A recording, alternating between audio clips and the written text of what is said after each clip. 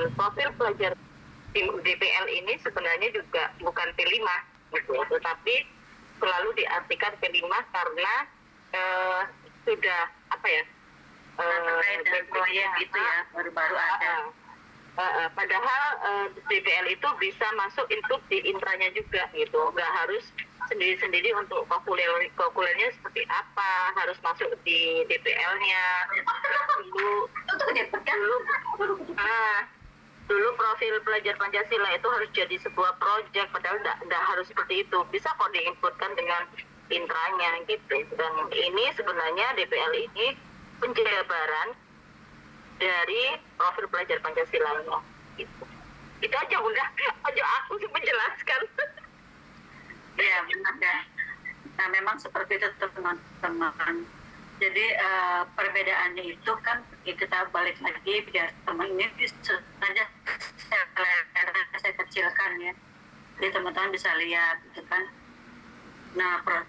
Eli tadi, jadi tadi kan ada jawab pertanyaan kritis, dan di sini sebetulnya udah ada gitu. Jadi kita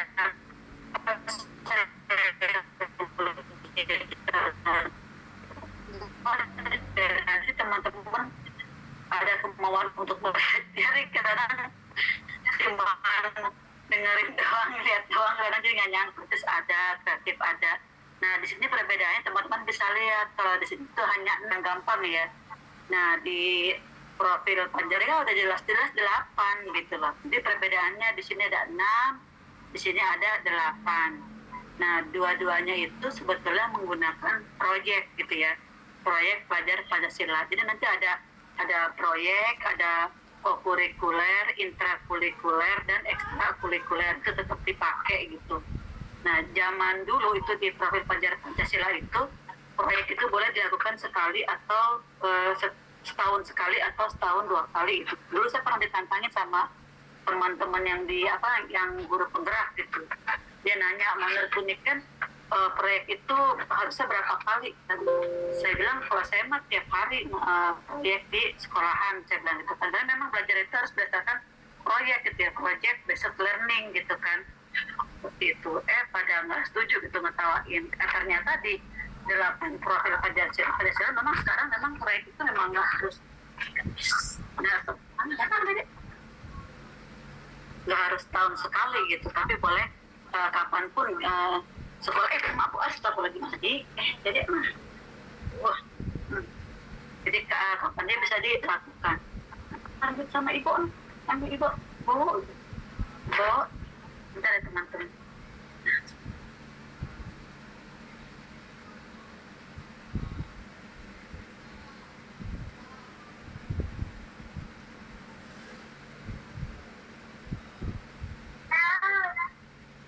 Itu ikut ama udah tahun sih nggak mau belajar itu gak sama tuh tadi tuh laptop lagi tapi geprak sini ya Lele ya. Nah baik teman-teman, jadi kalau misalkan tadi ya yang 8 itu sama-sama menggunakan proyek gitu. Jadi proyek itu memang wajib ada di setiap sekolah.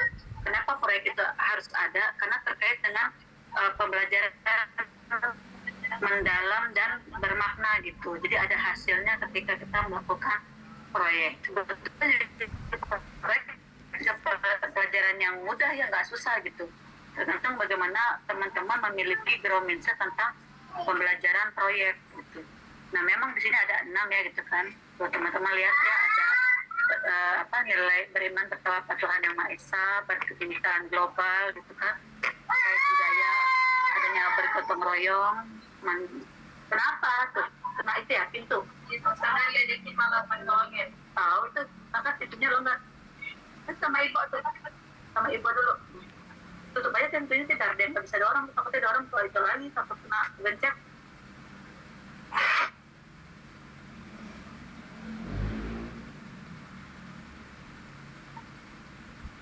Nah sekarang ke ini ya, jadi hampir sama gitu. Jadi tadi ada yang benar jawab ya, di sini kan ada kesehatan gitu ya. Kalau di profil Pancasila di sini memang di 8 profil pada lulusan ada kesehatan dan kolaborasi ya. sebetulnya hampir mirip ya kalau di sini kolaborasi itu dengan apa tuh namanya, dengan bergotong royong gitu ya, hampir sama gitu teman-teman. Nah jadi menurut menteri yang saat ini gitu ya, sebetulnya hampir sama, ada pengembangan jadi 8 profil kelulusan. Nah ini masih dipakai juga gitu loh. Jadi kalau misalnya teman-teman mau pakai yang pada saat penilaian ya, narasi-narasi dari kolaborasi, kepedulian, berbagi, regulasi diri itu masih bisa dipakai CP-nya gitu loh. Nah hanya saja ada tambahan di CP terbaru ini gitu ya. Ini juga ada CP-nya ya di Permendikdasmen nomor 10 gitu ya, atau CP yang terbaru ya, revisi 2025 itu teman-teman silakan buka. Jadi kreativitas itu apa aja, pengenalan itu apa aja, keluargaan itu apa aja gitu ya. Nah itu adalah perkembangan tentang apa tuh namanya, kurikulum ya, pendekatan kurikulum yang selalu terbaru gitu ya. Nah ini sekarang disebut kurikulum merdeka menggunakan 8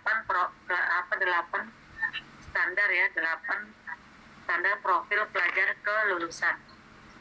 Nah nanti gimana nih Bunika nih bikinnya gitu kan. Jadi pada saat penilaian nanti teman-teman jadi ada 8 gitu ya. Kalau dulu kan di K13 6. Nah, nanti ada 3 CP ya. Ini ada profil kelulusan. Kelulusan itu apa, setelah menuju nanti TKB gitu ya, di TKB itu bagaimana keluargaan anak tersebut, bagaimana penalaran kritisnya, bagaimana kreativitasnya gitu. Bagaimana kolaborasinya. Jadi ada 8 standar kelulusan situ. Jadi seperti itu. Jadi silakan teman-teman sekarang buka lagi yang terbaru gitu ya. Kemarin kan tentang kurikulum merdeka. Sekarang teman-teman buka lagi yang terbaru ya, 8 pelajar profil kelulusan. Di mana dua-duanya itu tetap ada proyek gitu. Dan tetap ada P5, tapi namanya bukan P5 lagi, tapi proyek gitu ya. Kalau P5 di proyek profil pelajar Pancasila gitu. Tapi kalau ini tetap ada proyeknya juga gitu ya, tapi menuju pada 8 standar profil pelajar kelulusan. Karena kalau proyek itu saya sudah menjalankannya dari semenjak zaman K13 gitu ya. Cuma saya tidak menyebutnya dengan proyek pelajar Pancasila, tapi saya menyebutnya dengan pembelajaran project based learning gitu ya. Dan nanti macam-macam ya, ada macam-macam metode, bukan metode deh, model pembelajarannya ada menggunakan project based learning, inquiry based learning gitu kan, pembelajaran berbasis masalah, pembelajaran berbasis proyek, pembelajaran berbasis pengalaman gitu kan. Gitu. Jadi masing-masing metode memiliki kebaikan untuk siswa ini semua gitu. Dan besok kita akan belajar tentang teori, pakar teori ya, menurut Montessori bagaimana, menurut Jean Piaget bagaimana, nanti teman-teman akan tahu. Nah nanti besok juga akan dibahas tentang bagaimana teknik mereka melakukan dalam pembelajaran. Biasanya kan hanya teori-teori aja ya setiap dosen gitu. Nah kalau sekarang enggak. Ya. Kalau saya akan ajarin semuanya biar teman-teman paham Jean Piaget itu apa, Montessori itu apa, Froebel itu apa gitu ya. Jadi ini nih Pak teman-teman gitu ya. Ini rumusnya, sebutnya rumus ya. Rumus dalam pembelajaran deep learning gitu. Karena kita pendekatannya deep learning ya gitu kan. Kalau kemarin kan hanya kurikulum merdeka aja ya, kurikulum merdeka. Nah, profil pelajar Pancasila. Nah, kalau sekarang kurikulum merdeka dengan pendekatan deep learning gitu. Nah, pendekatan deep learning itu atau pembelajaran mendalam. Jadi ini PM ya, PM itu pembelajaran mendalam, terdiri dari 8 profil kelulusan dan memiliki 3 prinsip pembelajaran. Nah, tadi ya 8 dimensi profil lulusan. Jadi teman-teman harus ingat nih, tadi 6 ya, 6 dimensi profil pelajar Pancasila. Nah, terus diingat-ingat profil pelajar Pancasila. Yang ini adalah profil kelulusan gitu ya, di pembelajaran mendalam. Nah, lalu nanti ada kurikulum ke-13. Ada lagi kurikulum prototipe, kurikulum merdeka. Nah, kurikulum merdeka menggunakan pendekatan pembelajaran deep learning atau pembelajaran mendalam gitu ya, yang disebut dengan PM ya disebutnya, pembelajaran mendalam, yang terdiri dari rumusannya 8, 3, 3, 4, yaitu dimensi profil kelulusannya terdiri dari keimanan dan ketakwaan kepada Tuhan Yang Maha Esa, lalu ada keluargaan, pengenalan kritis, kreativitas, kolaborasi, kemandirian, kesehatan, dan komunikasi. Ini dalam penilaian akhir ya, ketika sudah mencapai TKB. Lalu prinsip pembelajarannya itu bermakna, berkesadaran, dan menggembirakan. Atau kalau bahasa Inggrisnya ada mindful learning gitu ya, mind learning dan joyful learning. Lalu pengalaman belajarnya itu kita tuh memahami, mengaplikasi, dan merefleksikan. Ini untuk gurunya ya, dalam pengalaman belajar. Nanti ada lagi nih metode khusus, yaitu metode micro teaching, yaitu metode saintifik gitu ya. Lalu ada kerangka pembelajaran terkait dengan praktis pedagogis, lingkungan pembelajaran, pemanfaatan digital, dan kemitraan pembelajaran.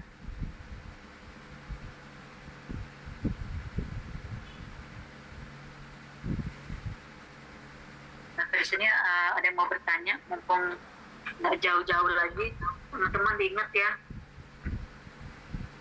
beberapa kurikulum di Indonesia. Jadi saya nggak jauh-jauh dari kurikulum masih CBSA zaman saya sama Bu Hani sama Bu Tini, tapi udah langsung kita kurikulum merdeka gitu ya Bu Hani ya.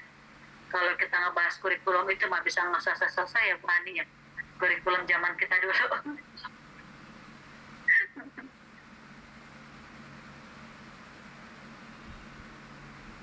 Ada yang ingin tanyakan biar kita lebih jelas gitu. Ibu, saya mau nanya, praktik Ya. pedagogis itu apa ya, Bu? Nah itu nanti akan kita bahas lagi panjang. Pedagogis itu bagaimana guru memiliki kemampuan untuk mengatur keadaan kelas gitu loh. Mengatur bagaimana anak-anak dapat belajar dengan cara menyenangkan, bagaimana mengatur anak-anak untuk memahami gimana ya, ketika kita menggunakan SOP itu anak-anak tuh mau nurut atau enggak. Jadi ketika mereka belajar, masuk nggak pembelajaran kepada anak-anak. Misalnya kita lagi ngajar ya, anak-anak berisik ya, anak-anak rame, nah itu kita bisa nggak mengelola kelas gitu. Itu disebut dengan praktek pedagogik. Jadi hampir sama dengan micro teaching. Nah nanti teman-teman di semester 7 ada lagi namanya materi soft skill gitu. Jadi kalau udah masuk materi soft skill, jadi bagaimana soft skill itu, bagaimana kemampuan kita mengelola keadaan kelas. Itu disebut dengan praktek pedagogik. Nah ini nanti di selain praktek pedagogik ada yang disebut dengan empat apa ya, kan saya lupa lagi, empat apa ya Mbak Din, yang kompetensi guru. Nah ini harus dihafal nih, jadi setiap guru itu memiliki 4 kompetensi gitu. Tadi siapa yang bertanya? Saya tanya lagi. Tadi siapa yang bertanya? Saya enggak. Saya, Bu. Emang apa enggak 4 kompetensi guru? Apa? Apa aja 4 kompetensi guru? Enggak, Ibu. Enggak apa. Ya apa? Nah Iya. kalau Bu Hani nih, kepala suku kita Cel. Enggak. Apa itu 4 macam kompetensi guru? Apa aja harus dimiliki 4 kompetensi guru? Pak, kompetensi guru. Yang Iya. pertama, kompetensi sosial. Ya, Terus, emal tuh. Emal. profesional ya. Iya benar, sosial, Profesional. Terus, profesional, terus kepribadian. iya, terus Kepribadian, satu lagi itu itu tadi yang ditanyain Emal. Ya ada di lain. pedagogik. Iya betul. Yeay, Bu Hani lengkap. 100 buat Bu Hani. Coba saya tanya lagi. Sulis paham nggak apa aja 4 kompetensi guru? Jadi udah disebut tuh sama Bu Hani. Bu Hani udah benar semua. Teman-teman dicatat gitu itu hal yang penting soalnya. Ya, nanti di setiap PPG pasti ada ya Mbak Dini. Iya. Kompetensi guru mana-mana selalu disebut karena itu ilmu kita yang paling utama gitu.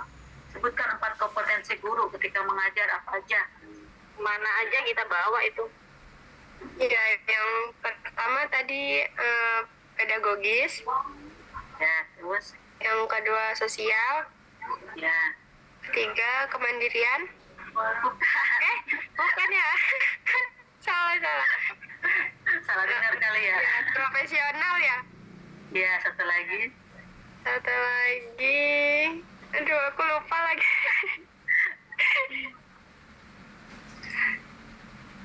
Ini salsa kayaknya nyatet, tapi salsa nyatet apa salsa? Apa aja salsa coba betulin. Jadi kalau nggak salah ada kompetensi sosial, lalu pedagogis, kemandirian, Kemandirian ya. kemandirian, kepribadian, Nah, Oh, ya, iya. ya. kepribadian. Yang terakhir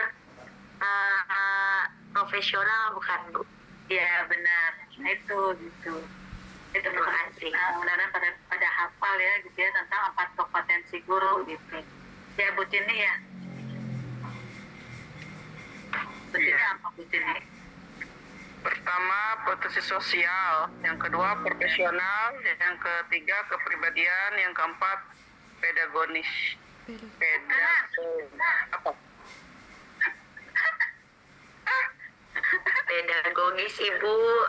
Pedagogis. Iya, ntar dikira pembunuh. Ponis. Serem atuh Bu Tini. Pedagogis, ya kan? Iya. Benar. Oh, maaf, salah betul. Nah, kalau pentagonis dikira, waduh ini apa pembunuh atau pemain jahat kan gitu ya. Kalau Iya, iya. antagonis, ada lagi serem jadinya. Nah kalau Siti Humailia, kayaknya belum bertanya dari tadi nih Mbak Siti Humailia. Yang 4 kompetensi guru apa aja? Kompetensi sosial, profesional, Ya walaupun okem saya tanya nih. apa sih? Kepribadian. Tuh udah dipanggil kan. Kemana Mbak Siti Humailia?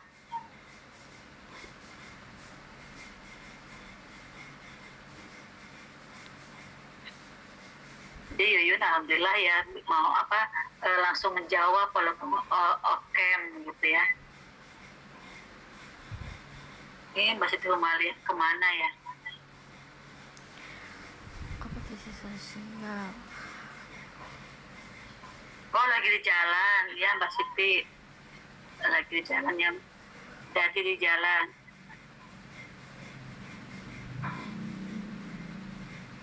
Nah ini apa tuh slogan-slogan ya, slogan-slogan di kurikulum Merdeka dan di 8 profil kelulusan. Nah teman-teman nih kalau bisa nih dipasang ya di sekolah masing-masing slogan-slogan ini gitu ya. Karena sebagai sekolah berbudaya literasi gitu ya, jadi kalau bisa banyak tuh tempel-tempelan di sekolah gitu ya yang berisi tentang informasi gitu, termasuk informasi di 7 kebiasaan anak Indonesia hebat gitu kan. Jadi apa tuh kalau di sekolah itu Bu Hani ada nggak Bu Hani sekolah ini tempelan di 7 kebiasaan anak Indonesia hebat, anak hebat Indonesia? Sempat ada Bu, tapi terus hilang, nggak ada. Kok bisa begitu? Digandal apa tuh, digandal kucing?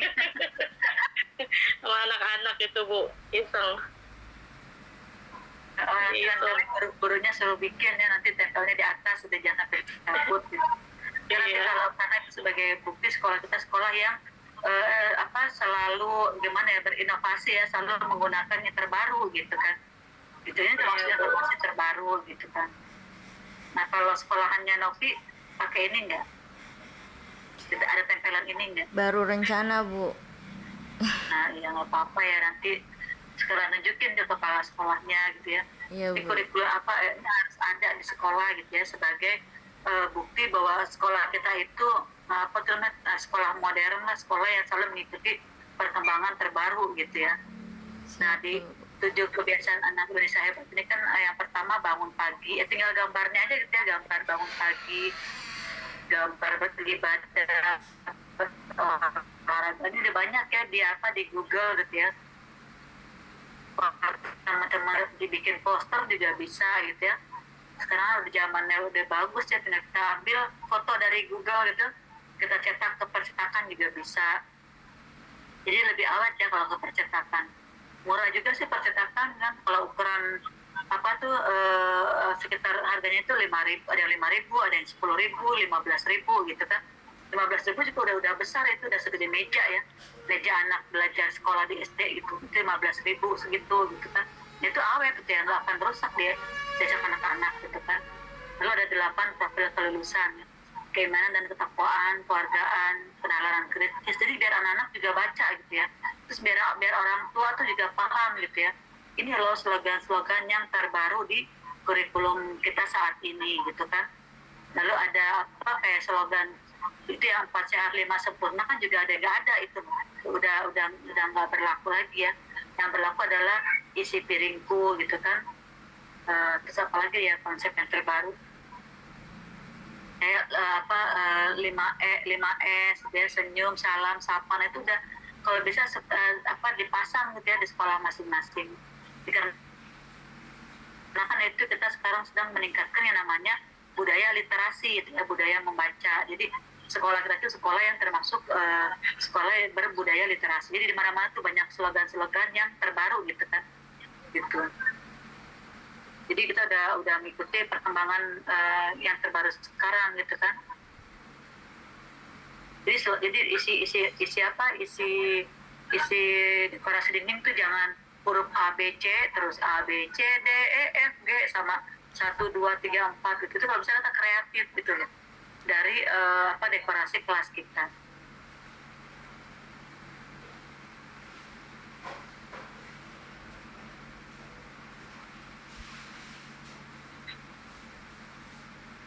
Nah, jadi tujuan luas PAUD kita ini satu adalah yang pertama adalah kesiapan anak memasuki pendidikan lebih lanjut gitu kan.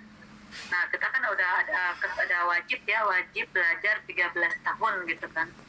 Nah, jadi bagaimana kesiapan kita memasuki anak namanya transisi PAUD ke SD gitu ya, memasuki pendidikan yang lebih lanjut yaitu SD. Nah, kalau zaman dulu kan banyak orang tua murid gitu ya, yang kadang-kadang tuh belum lunas gitu ya, mau ke SD gitu ya, jadi sengaja tuh ketika mau lulus malah keluar gitu ya, malah sekolah-sekolah lagi, nggak mau bayar ijazah, nggak mau bayar uang uang yang itulah pokoknya gitu lah. Nah, nanti sama pemerintah sekarang harus ada sertifikat atau ijazah TK gitu ya sebelum dia masuk ke SD. Nah, bagaimana nih kesiapan kita memasuki pendidikan yang lebih lanjut? Jadi teman-teman tadi bikinnya tadi gitu ya, berdasarkan 8 profil pelajar kelulusan.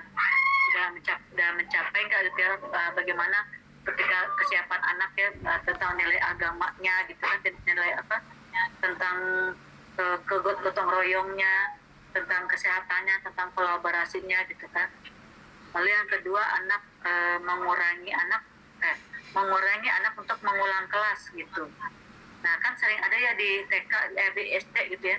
Di SD itu suka ada anak yang ketinggalan gitu ya, udah mau naik ke kelas 2 dia masih belum bisa baca. Nah, ini kita kalau bisa di PAUD ini dimaksimalkan.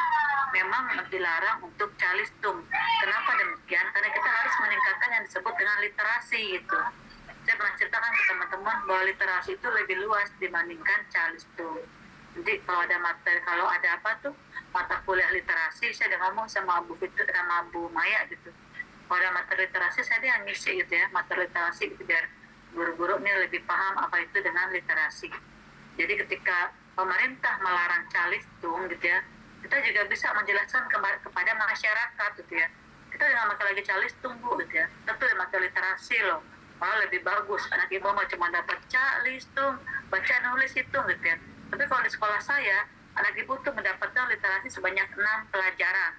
Literasi matematika, literasi numerasi, literasi bahasa, literasi kebudayaan, literasi digital, literasi sains gitu ya, sama lagi literasi finansial gitu. Jadi anak ibu nanti bisa berhitung, bisa mengenal bisa berhitung, bisa mengenal kilometer, hektometer, dekameter, sentimeter, mengenal berat, kilogram, gram, ons. Nah, jadi seperti itu teman-teman tuh yang namanya literasi gitu loh. Bukan calistung anak ibu cuma dapat 3 doang di sekolah lain. Nah, itu sekolah saya malah lebih hebat nih. Apalagi saya nih gurunya nih, gitu kan. Nih Bu Sari nih, celah. Bu Salsa nih, kita mau dengan calistung nih. Saya nih Bu nama literasi, celah gitu kan. Ini saya nih Bu Sulis nih. Jadi kayak gitu loh. Ini di sekolah PAUD ini nih, TK ini nih, oh udah keren nih, kita mau dengan calistung lagi. Jadi masyarakat tuh bangga gitu ya dengan kita gitu, dengan kita sendiri. Jadi mereka jadi paham, oh iya ternyata calistung itu cuman begini gitu ya, cuma ada 3 gitu. Jadi mereka tuh ngerti yang namanya calistung dan literasi. Jadi kita juga ketika orang tua yang protes tentang calistung, kita bisa memberikan komen-komen yang baik gitu ya kepada masyarakat, memberikan penjelasan kenapa calistung itu diadakan. Lalu dapat mengurangi angka putus sekolah ya.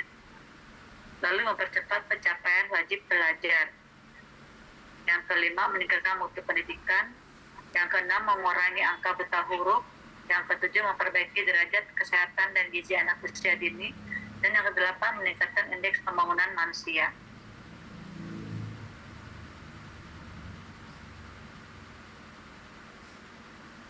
Jadi tujuan PAUD itu adalah menurut UNESCO tahun 2005 terkait dengan alasan pendidikan, lalu dengan adanya alasan ekonomi ya sebagai investasi, lalu alasan sosial sebagai pemutus kemiskinan gitu ya, alasan hak atau hukum pemenuhan sesuai dengan undang-undang. Nanti kita akan belajar lagi apa itu dengan alasan pendidikan, apa itu alasan ekonomi, apa sih kaitannya PAUD dengan alasan ekonomi ya, ngapain sih PAUD dengan alasan sosial gitu ya, kenapa harus ada alasan-alasan hak atau hukum gitu. Nanti kita akan bahas lagi. Ini kan secara konsepnya teman-teman, jadi teman-teman tuh belajar konsepnya aja ya. Kayak tadi tuh konsep belajar Pancasila, konsep 8 profil kelulusan. Jadi ini hanya konsep-konsep gitu ya teman. Nanti kita akan mengembangkan di materi selanjutnya. Jadi fungsi PAUD itu nih saya masih pakai baju seragam PAUD ya. Tadi juga seragam PAUD ya Bu ya. Seragam Bunda PAUD, ini seragam PAUD kabupaten ya. Ya sebagai fungsi adaptasi ya. Sebagai fungsi sosialisasi, sebagai fungsi pengembangan, dan sebagai fungsi bermain. Ini kalau di IGTK ada batiknya ya, warnanya biru nggak salah. Nah kalau di PAUD tuh warnanya ungu ya, kalau untuk kabupaten. Ini kemarin batiknya saya bikin jurnal gitu ya, jurnal internasional. Jadi ada tari khas Tangerang gitu ya, ada kacang sangrai di batiknya itu, ada bambu ya sebagai bukti tradisional dari Tangerang.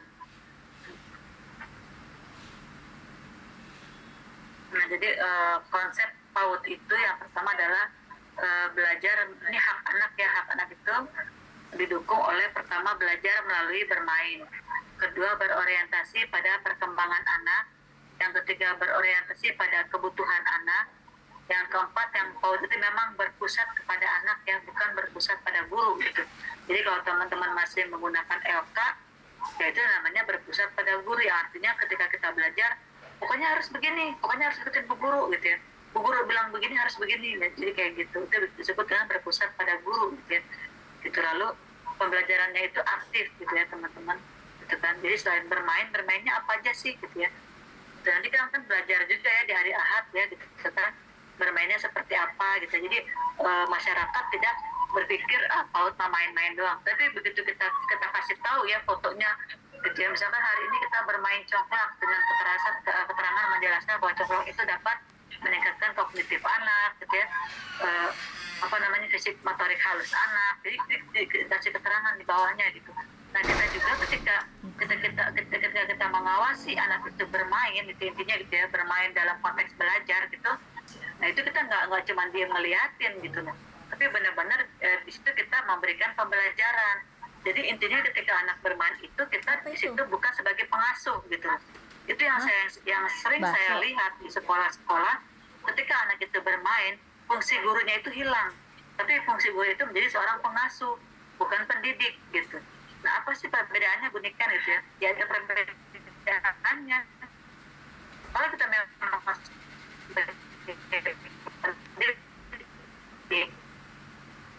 ketika saat pengasuh, ketika anak bermain ya udah kita diemin aja dia main.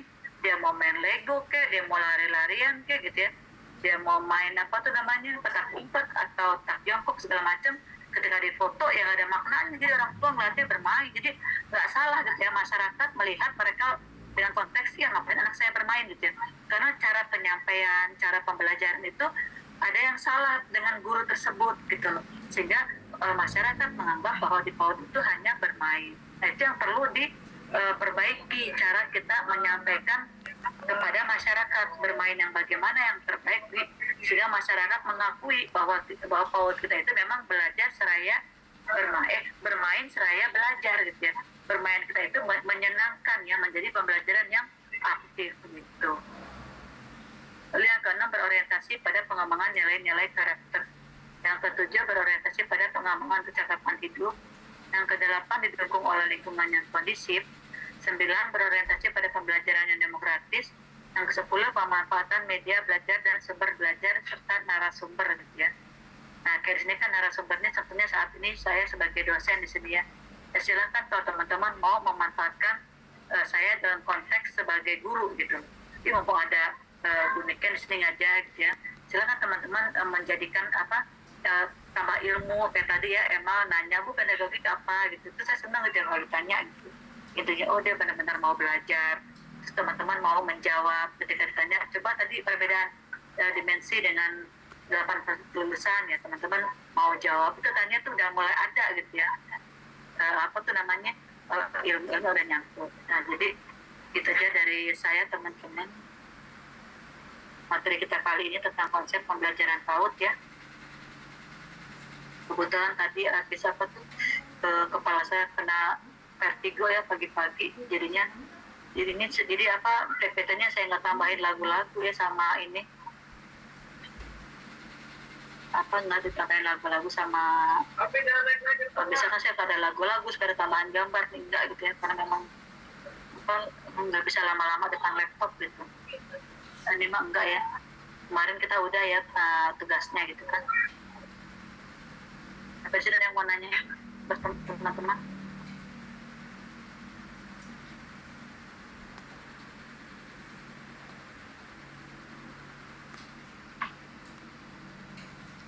Ibu, saya mau tanya.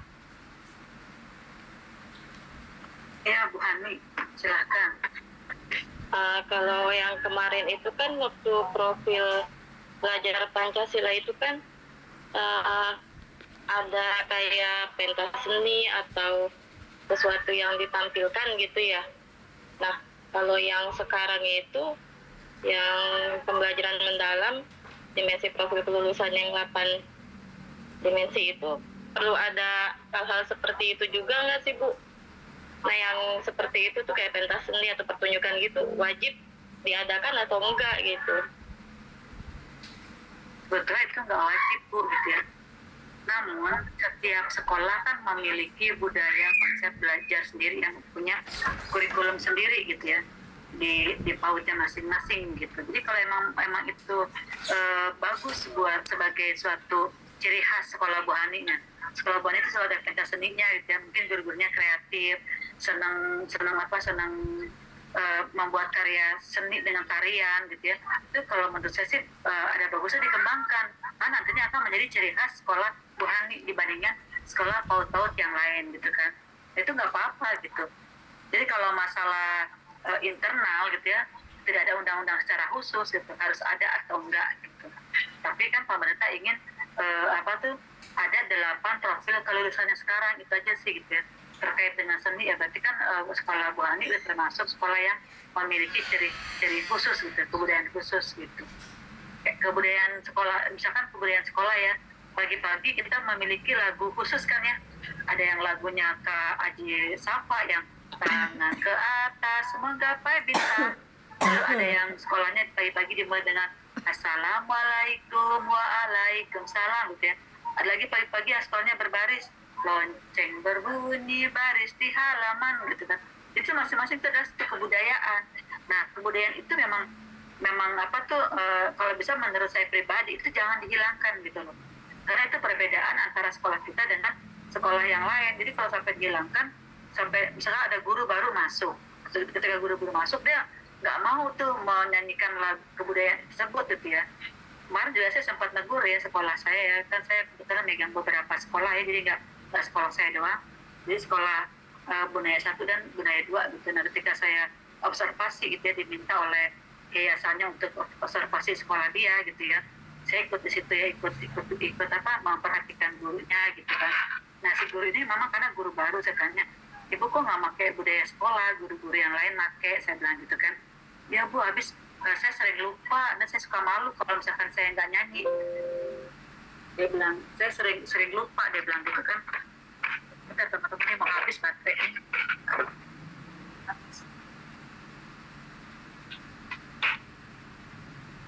Nah, jadi saya sering lupa, jadi dia nggak pakai lagi kebudayaan sekolah, dihilangkan gitu kan. Kata saya bisa nggak pakai headset gitu ya, kalau nggak pakai tulisan ditulis itu, saya bilang biar nggak lupa. Karena nanti apa? Karena kalau sampai kebudayaan itu hilang dari dari Bu Ona misalkan ya, dari Bu Ona itu hilang, dan nanti Bu Ona telah menghilangkan budaya sekolah, saya bilang gitu kan.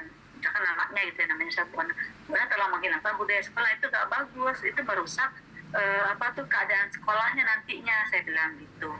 Jadi memang ada kebudayaan-kebudayaan yang memang harus ditingkatkan ya. Lalu misalkan di sekolah itu ada yang namanya pagelaran. Di sekolah saya yang lama itu suka ada Bu namanya fashion show setiap bulan, sebulan sekali gitu ya. Fashion show, anak itu berkreasi, bereksplorasi gitu ya. Itu nggak apa-apa gitu ya. Karena kan di sekolah itu ada yang namanya pembelajaran, tadi saya bilang ya, ada intrakurikuler, ada kokurikuler, ada ekstrakurikuler, dan ada proyek gitu loh. Kalau intrakurikuler kan kayak belajar baca, nulis, hitung gitu ya, numerasi. Nah, ekstrakurikuler kan katanya itu kayak Bu Hani, ada olahraga, ada kesenian tambahan ya, ekskul, ada permainan musik, misalkan kayak seperti itu di sekolah kita masing-masing. Misalkan di sekolah kita ada karatenya, ada pramuka gitu ya, khusus di hari Sabtu. Itu nggak apa-apa, itu kan sebagai kebudayaan. Lalu ada kokurikulernya gitu ya, kokurikulernya itu terkait dengan yang tadi budaya sekolah gitu, atau muatan lokal sekolah. Misalkan di daerah Balaraja gitu ya, di kelurahan ini tiap tahun tuh ada apa ya, budaya sekolah apa gitu ya, misalkan ada karnaval gitu, itu masuk kokurikuler terkait dengan kebudayaan daerah masing-masing. Itu sebetulnya kokurikuler, itu memang harus ditingkatkan gitu. Jadi nggak ada kaitannya mau kurikulumnya merdeka. Jadi gini, pada saat kita mengajar pembelajaran yang namanya buah pisang gitu ya, apakah nanti pisang itu berubah pada saat ke-13 kurikulum merdeka, pada saat kurikulum sekarang berubah nggak itu pisang kita ngasih pelajaran? Enggak kan, tetap pisang kan gitu. Nah, jadi kayak gitu. Nah, pada saat kita di sekolah kita ada puncak tema gitu ya, adakah perubahan? Misalnya kita tiap akhir bulan ada puncak tema ya, dan menjadi satu kebiasaan sekolah kita ya di akhir bulan. Nah, itu nggak jadi masalah, puncak tema tetap puncak tema gitu. Nah, yang berubah memang temanya yang berubah. Kenapa temanya berubah? Sebetulnya berubah juga enggak ya, dalam konteks berubah secara 100% juga enggak gitu loh. Tapi perubahannya itu untuk kita itu nggak jadi tema nasional. Misalkan bulan Juli temanya diriku, seluruh Indonesia diriku. Agustus temanya keluargaku, seluruhnya keluargaku. Padahal pada saat itu ada pembelajaran yang namanya Agustusan ya, kemerdekaan Indonesia gitu. Gitu ya, itu harus dikembangkan lagi. Lalu ada PHBI, ada Isra Mi'raj ya, ada apa, sebentar lagi kita menuju Ramadan. Lalu ada hari kemarin tuh saya ngepost ya di grup ya, Hari Pos Indonesia gitu. Lalu ada hari anak, hari guru gitu. Itu kalau teman-teman ikut di grup saya sih suka ngisi di hari-hari tertentu, tema-tema tertentu terkait dengan hari-hari besar di Indonesia gitu. Jadi ada hari listrik, ada hari ABRI, ada hari TNI, ada hari apa lagi ya, hari makanan sehat gitu kalau di Indonesia. Jadi teman-teman silahkan buka gitu ya di Google hari-hari besar Indonesia bulan Oktober nih, contohnya nih bulan Oktober nih nanti ada hari dokter. Jadi tema-tema itu saya kaitkan dengan hari-hari yang ada di Indonesia gitu ya, terkait dengan kalender, terkait juga dengan dengan visi misi sekolah kita gitu. Nah itu yang disebut dengan pembaharuan. Jadi, tapi tetap gitu ya, tema binatang ya tetap tema binatang, ada binatang berkaki 4, binatang berkaki 2, binatang merayap gitu ya, binatang yang tinggal di salju, tinggal di pegunungan, itu tetap dia itu binatang itu loh. Cuma waktunya itu nggak harus di bulan Desember dan November. Dulu kan zaman dulu gitu ya, Desember binatang, November kalau November, Desember binatang dan tanaman, itu selalu bersampingan. Nah sekarang enggak gitu. Boleh aja kita melakukan tema binatang di bulan Februari, tergantung kebutuhan kita. Ikannya nih, misalkan saya tinggal di pegunungan. Saat ini misalkan banyak binatang yang sedang menjadi hama ya, belalang gitu ya. Atau pada saat ini ada harimau yang lagi lepas gitu. Nanti kita bahas harimau di bulan Agustus nggak jadi masalah gitu. Karena memang saat ini konteks binatang itu sedang dibutuhkan gitu. Misalkan di bulan Agustus di minggu kedua kan misalnya saya tinggal di Budungan tadi ya, tiba-tiba ada harimau lepas atau nggak ada wabah tikus atau nggak lagi musim sekarang lagi musim nyamuk kan. Nyamuk ini padahal bendanya kecil teman-teman, nyamuk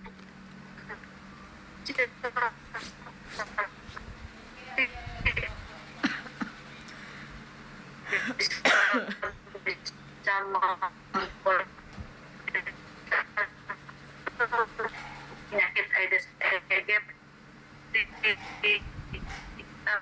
demam berdarah. Kayak teman saya kemarin kena penyakit kaki gajah, saya nyamuk doang gitu ya, tapi cuma segede sama kuku juga gedean kuku ya, tapi efeknya buat saya bisa sampai mati gitu.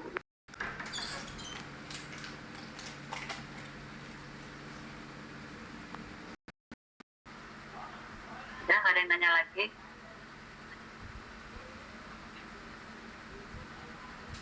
Ya, udah kita tutup teman-teman ya.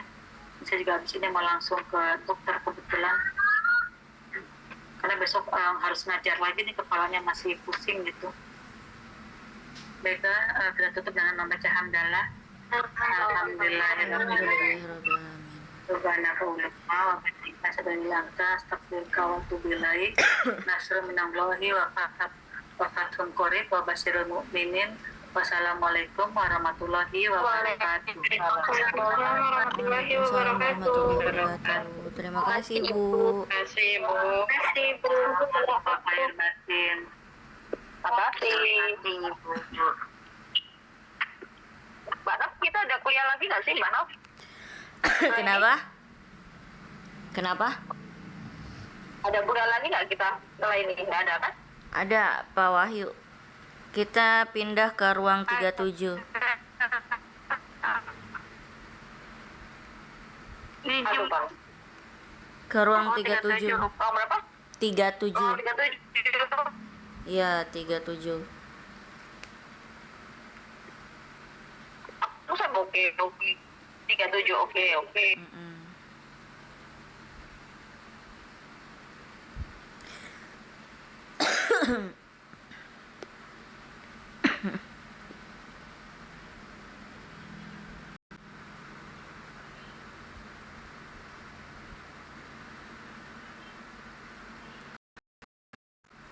Dosen